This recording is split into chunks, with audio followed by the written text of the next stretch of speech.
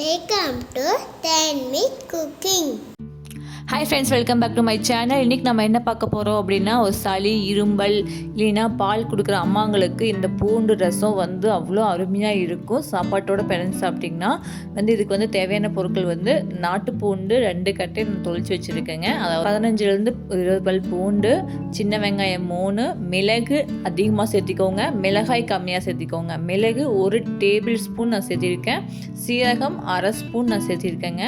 கொஞ்சமாக கொத்தமல்லி தண்டு இருக்குது பார்த்தீங்களா, அதையும் நம்ம சேர்த்திக்கலாம். சேர்த்திட்டு மிக்ஸி ஜாரில் கொரகொரப்பாக போட்டு அரைச்சி எடுத்து வச்சுக்கோங்க. அதுக்கு தாளிப்புக்கு எண்ணெய் 1 ஸ்பூன் நம்ம சேர்த்திக்கலாம்.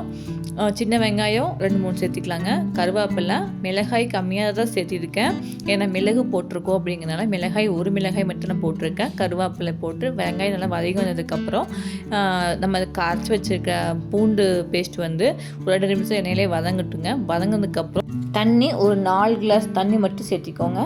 தண்ணி சேர்த்துட்டு பெருங்காயத்தூள் ஒரு 1/4 டீஸ்பூன் நம்ம சேர்த்திக்கலாங்க. சேர்த்துட்டு ரசம் நல்லா கொதிக்கணும். கொதிச்சாதான் அந்த சீரகம், மிளகு, பூண்டோட எசன்ஸ் நல்லா இறங்குங்க.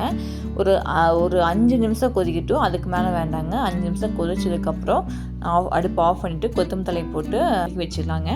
அவ்வளோதான், சுட சுட சாப்பாட்டுக்கு இந்த பூண்டு மிளகு ரசம் அவ்வளோ அருமையாக இருக்கும். செஞ்சு பாருங்கள். செஞ்சு பார்த்து கமெண்ட்டில் சொல்லுங்கள்.